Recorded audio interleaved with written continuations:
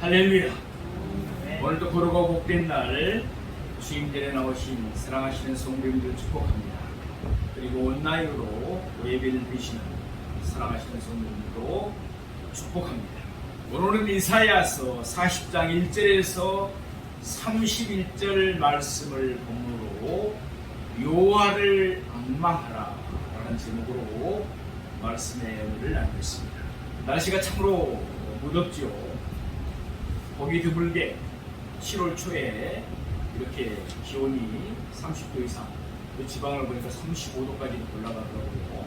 또 밤에는 새벽에 또 25도 이하로 내려가자는 열대야가 계속 오면서 저녁에 잠을 잘 이루지 못하는 분들이 많이 있습니다.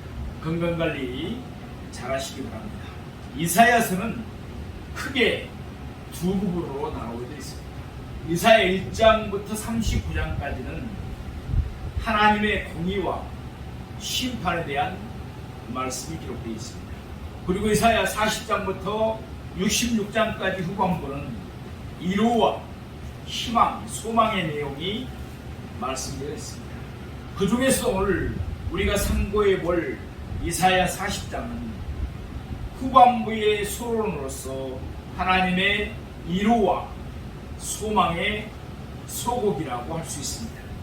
그래서 오늘 우리가 지금 참고해 볼 이사야 40장 1절은 어떻게 시작하고 있습니다.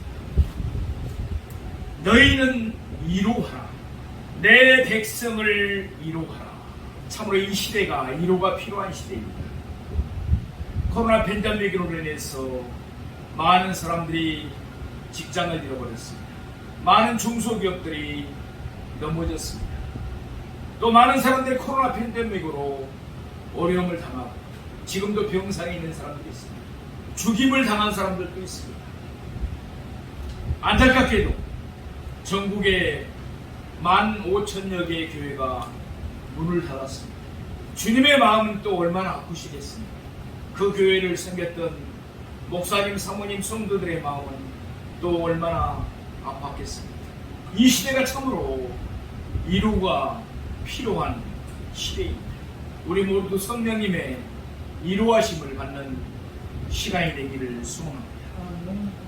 우리가 잘 아는 독일의 작곡 핸델은 이사야 40장 1절 말씀에서 큰 위로와 힘을 덧입고 그 유명한 메시아라는 오라토리아를 작곡했습니다. 그는 말년에 건강도 좋지 않은 데다가 많은 빚까지 지게 되어서 안전한 절망 가운데 처해 있었습니다. 사람들은 이제 핸델의 시대는 끝났다고 비아냥거렸습니다. 그리고 친한 친구들, 친인척들도 그를 가까이 하지 않았습니다. 어느 날 추운 겨울 그는 길거리를 방황하다가 집에 돌아왔습니다. 그런데 그의 친한 친구 중에 한 사람이었던 찰스 제넌스라는 사람이 그에게 가사의 곡을 붙여달라고 성가집을 보냈습니다. 그런데 그 책 표지에 이사야 40장 1절 말씀이 기록되어 있었습니다. 너희는 위로하라. 내 백성을 위로하라. 그 책을 열어보니 성경의 말씀, 특히 이사야서 말씀으로 가득 차 있었습니다. 그는 사람들에게 멸시를 당하고 버림을 받았다. 그는 자기를 불쌍히 여겨줄 사람을 찾았건만 그럴 만한 사람이 아무도 없었다. 그를 위로해줄 사람은 아무도 없었다. 오직 하늘에 계신 하나님 외에는. 그는 그 길을 잇는 동안에 눈물을 흘리며 큰 위로와 감동을 받았습니다. 하나님의 말씀이 그를 사로잡은 것입니다. 그는 추위도 배고픔도 외로움도 잊어버린 채 24일 동안 식음을 전폐한 채 곡을 쓰기 시작했습니다. 그래서 마침내 그 위대한 대작 메시아가 탄생된 것입니다. 이 시간 우리 모두 주님께서 주시는 위로와 소망의 음성을 듣기를 소망합니다. 그래야 하나님의 소망과 비전이 임하셔서 독수리가 날개치어 올라간 같이 비상하는 인생을 살아가기를 축원드립니다. 그러면 하나님 우리에게 어떤 점에서 위로와 소망과 희망이 되십니까? 첫째로 우리 죄를 사해 주시기 때문에 그렇습니다. 오늘 이사야 40장 2절 말씀을 우리가 같이 한번 보겠습니다. 너희는 예루살렘의 마음에 닿도록 말하며 그것에게 외치라. 그의 노역의 때가 끝났고 그 죄악이 사함을 받았느니라. 그의 모든 죄로 말미암아 여호와의 손에서 벌을 배나 받았느니라 할지니라 하시니라. 아멘. 하나님께서는 이스라엘 백성들의 노역의 때가 끝났다고 말씀하십니다. 이스라엘 백성들은 자신의 죄 때문에 70년 동안 바벨론에서 포로 생활을 해야 했습니다. 그런데 마침내 그 노역의 때가 끝났다고 말씀하십니다. 죄값을 다 치렀다는 것입니다. 죄로 말미암아 벌을 배나 받았기 때문에 이제는 석방이라는 것입니다. 얼마나 감사한 일입니까? 죄로 말미암아 영원한 심판을 받아 마땅할 우리들이 죄 용서함을 받고 죄로 인한 고통에서 해방될 때 얼마나 감사가 되고 위로가 됩니까? 이스라엘 백성들은 자신들이 직접 바벨론에 끌려가서 70년 동안 포로 생활을 함으로써 죄값을 치루었습니다. 그러나 우리는 예수님께서 우리 대신 십자가에 못 박혀 죽으시고 우리의 죄값을 대신 치루어진 줄로 믿습니다. 그래서 우리가 예수님의 십자가를 바라볼 때마다 마음에 큰 위로를 얻고 새 힘을 되찾게 되는 것입니다. 고린도후서 1장 5절에 보면은 그리스도의 고난이 우리에게 넘친 것 같이 우리가 받은 위로도 그리스도로 말미암아 넘치는도다라고 말씀합니다. 그리스도의 고난이 보통 고난이 아닙니다. 넘치는 고난이기 때문에 우리가 받는 위로도 넘치는 위로입니다. 예수님은 우리의 죄값을 다 치우시기 위해서 사람들에게 버림을 당하셨습니다. 침뱉음을 당하시고 채찍에 맞으시고 십자가에 못 박혀 물과 피를 다 쏘시고 죽으셨습니다. 세상에 이보다 더 큰 고난이 어디 있겠습니까? 사도 바울은 그 고난을 표현할 길이 없어서 넘치는 고난이라고 말씀합니다. 예수님께서 이처럼 넘치는 고난을 받으시는 이유는 우리에게 넘치는 위로를 주시기 위함인 줄로 믿습니다. 한번 생각해 보십시오. 핸델이 어떻게 24일 동안이나 식음을 전폐하고 메시아를 잡고 가는데 전념할 수가 있었습니다. 24시간 거의 물도 마시지 않고 음식도 먹지 않고 잘못하면 죽을 수도 있잖아요. 주님의 위로가 그의 내면에 흘러넘쳤기 때문입니다.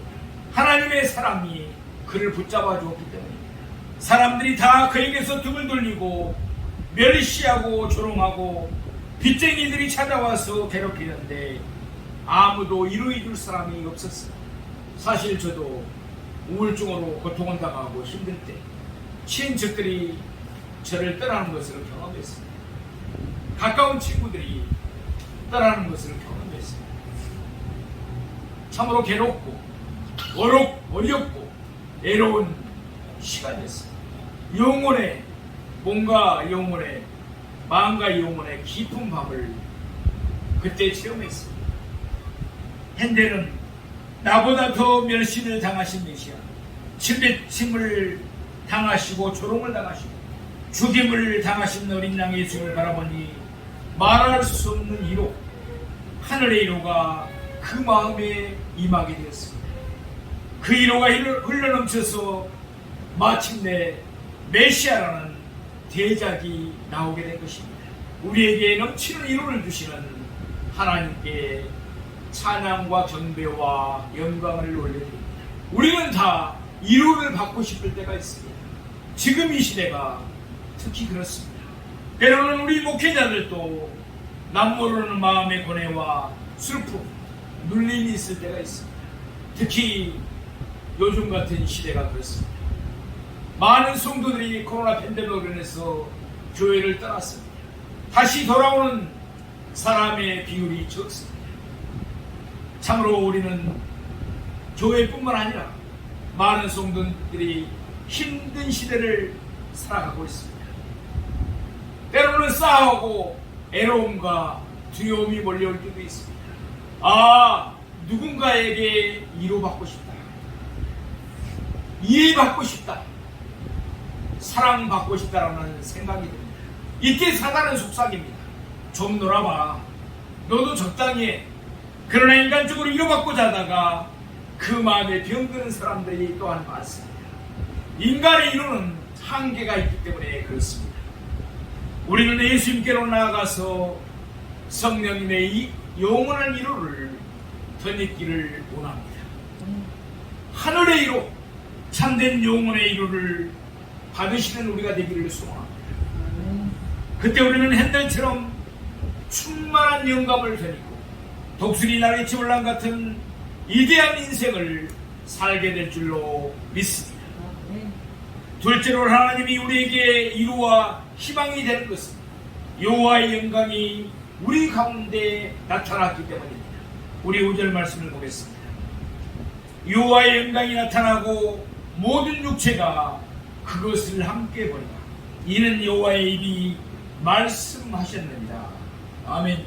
이스라엘 백성들이 바벨론에서 70년 동안 포로 생활을 할 때 여호와의 영광이 가려진 것처럼 보였습니다. 우리도 코로나 팬데믹 상황을 겪으면서 하나님이 계시지 않는가, 이런 생각을 하는 사람들도 많이 있었을 것입니다. 바벨론의 영광이 훨씬 더 크고 화려하게 보였습니다. 그렇지 않겠습니까? 당시에 바벨론은 세계를 지배하던 초강대국이었습니다. 거대한 바벨론에 비하면 이스라엘 나라는 너무나 작고 초라하게 보였습니다. 그래서 이스라엘 백성들은 스스로 열등감을 느끼고 바벨론을 부러워했습니다. 바벨론의 신 마르둑을 은근히 사모하기도 했습니다. 자신들이 하나님 여호와는 눈에 보이지도 않고 너무나 약해 보였습니다. 그러나 하나님께서 뭐라고 하십니까? 여호와의 길을 예비하라. 하나님의 대로를 평탄케 하라. 여호와의 영광이 나타났느니라. 모든 육체가 그것을 함께 보리라. 할렐루야. 이전에는 초라하게 생각되었던 여호와의 영광이 마침내 나타나 온 세상 사람들이 다 이를 보게 된다고 말씀하십니다.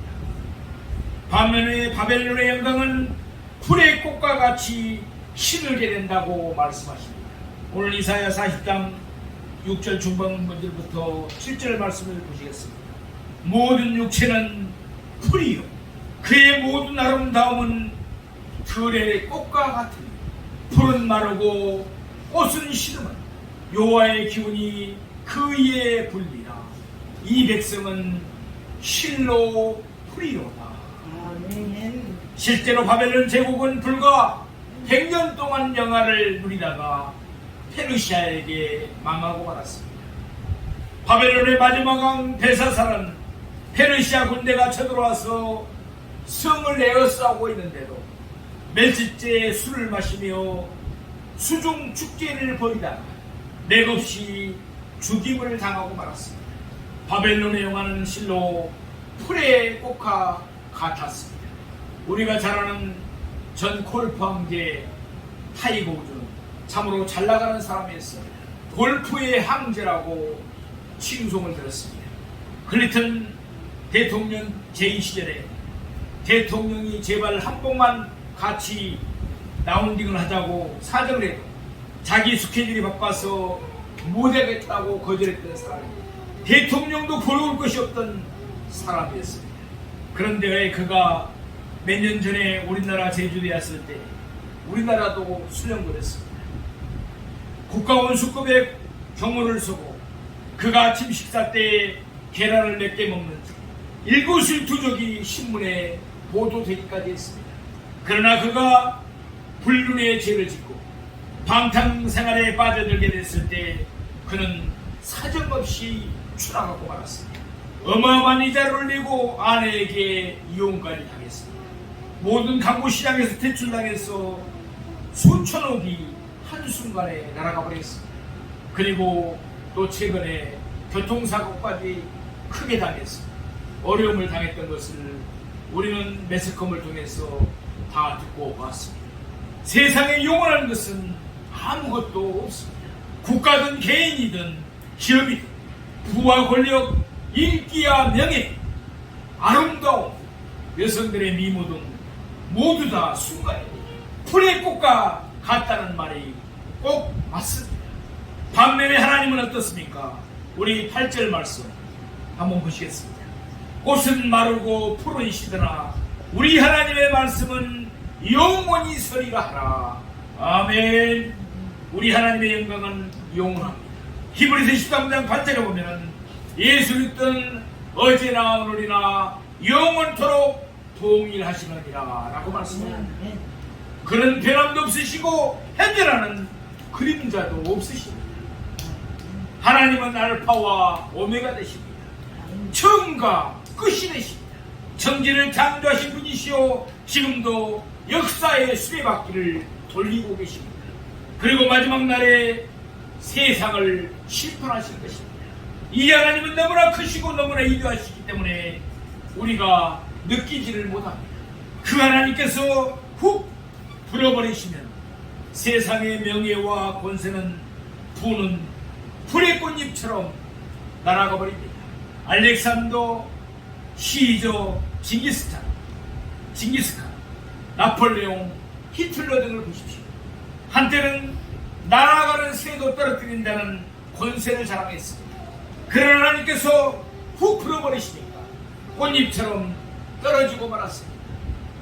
세상에 영원한 것은 하나님 한 분밖에 없습니다. 아멘. 그 하나님의 말씀만이 영원한 줄로 믿습니다. 아멘. 세상의 책들은 별의별 칼라합으로 치장을 해도 몇 번 보고 나면 다시 보고 싶지가 않습니다. 그러나 하나님의 말씀은 성경은 어떻습니까? 보고 또 보아도 은혜가 있습니다. 하나님의 말씀은 듣고 또 들어도 항상 감동이 있습니다. 하나님의 말씀은 또 들어도 은혜가 있고 또 들어도 은혜가 있습니다. 요한복음 1장 4절에 그 안에 생명이 있었으니 라고 말씀합니다. 하나님의 말씀 안에는 우리를 살리고 새롭게 하는 생명이 있습니다. 아멘. 그 생명은 사람들이 빛이라고 하였습니다. 그래서 우리가 말씀을 듣고 나면 마음속에 어둠이 물러가게 되어 있습니다. 아멘. 빛으로 환하게 밝혀지게 되어 있습니다. 병든 자가 치유되게 되어 있습니다. 네. 절망 속에 있던 자가 소망이 생깁니다.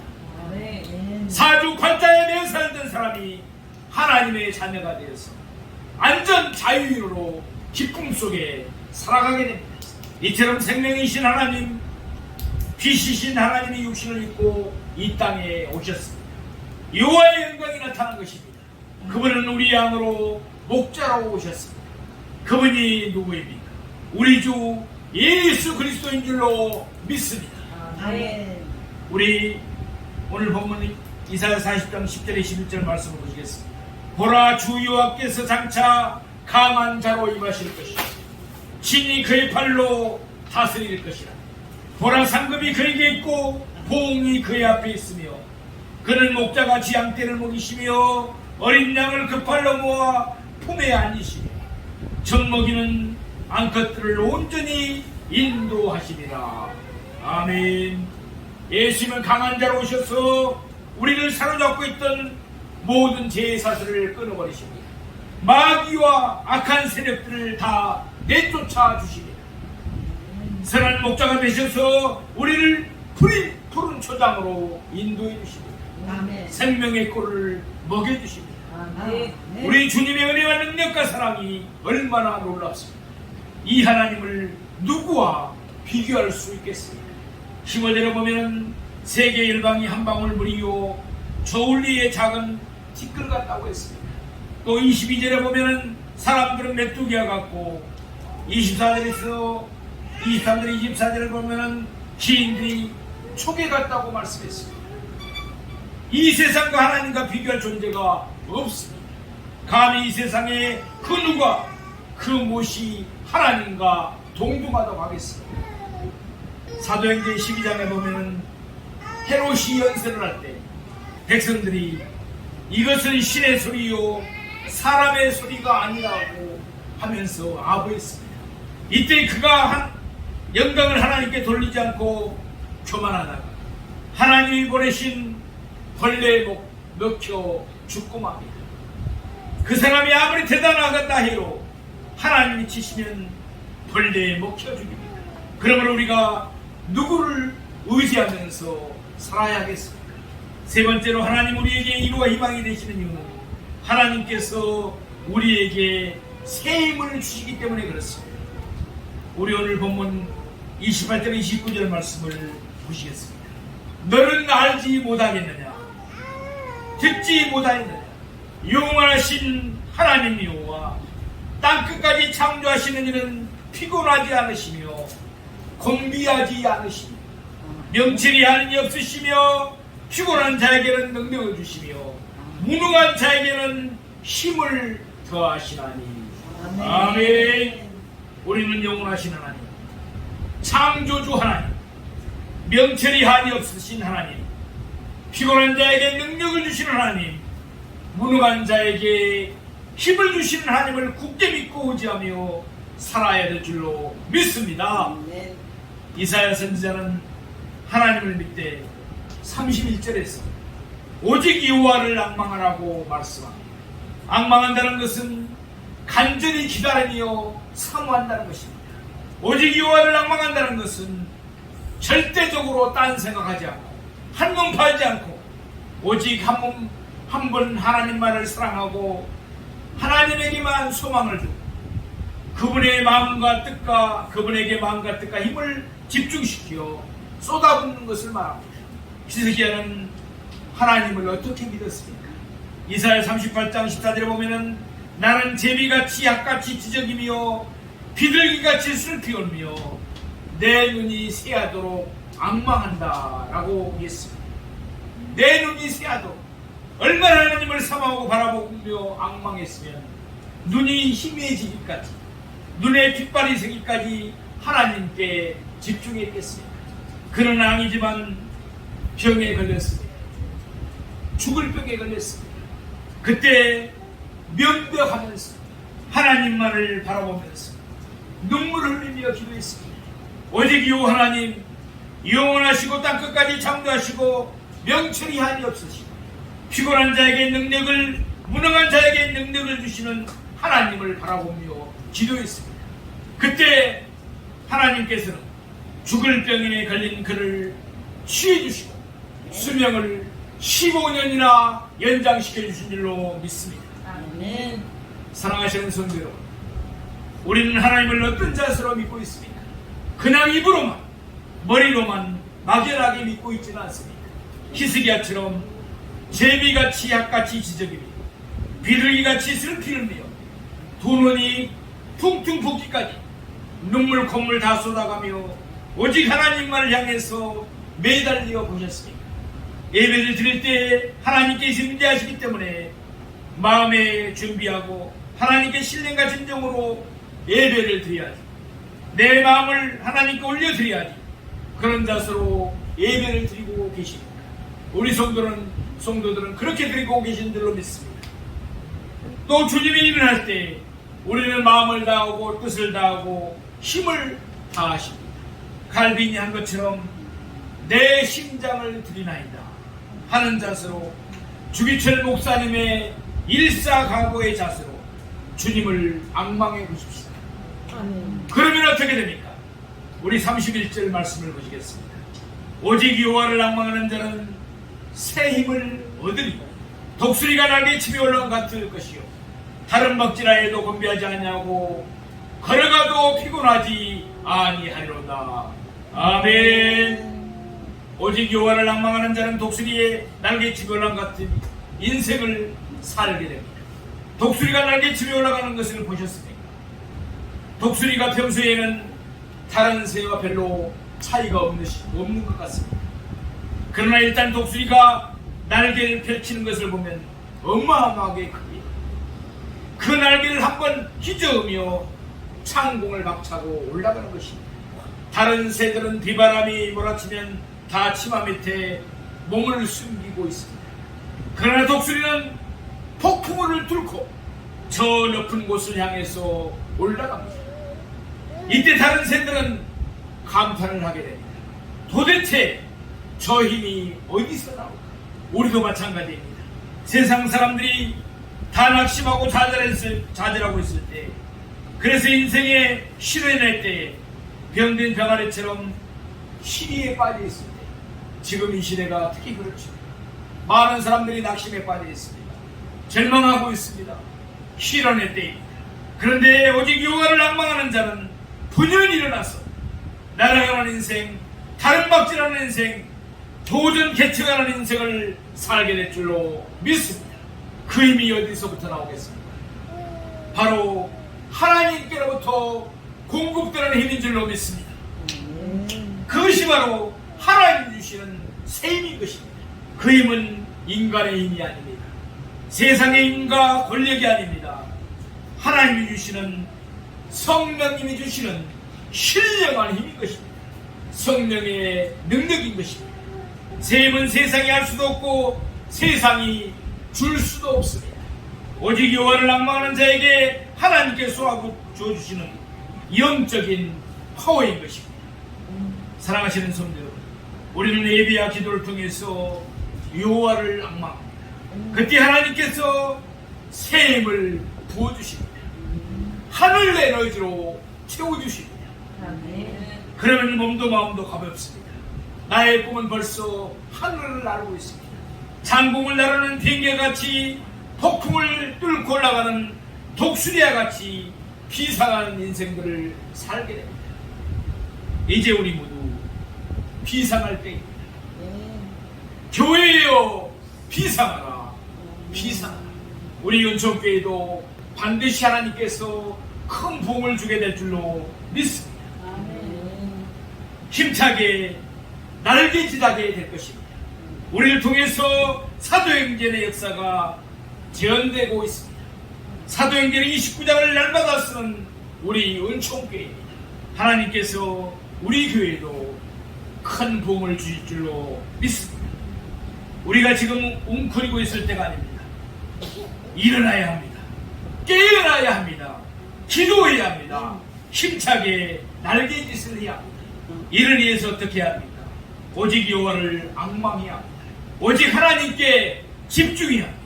하나님의 말씀을 굳게 붙들고 부르짖어 기도하고 한 영혼 한 영혼을 위해서 전도의 목숨을 거는 우리가 되기를 소망합니다. 그러면 여호와께서 우리에게 새 힘을 주십니다. 하늘의 에너지로 채워주십니다. 그때 우리는 다른 박질하여도 곤비하지 아니하겠고 걸어가도 피곤하지 아니할 것입니다. 하늘을 향해서 비상하는 독수리 같은 우리 모두가 되시기를 주님의 이름으로 축원드립니다.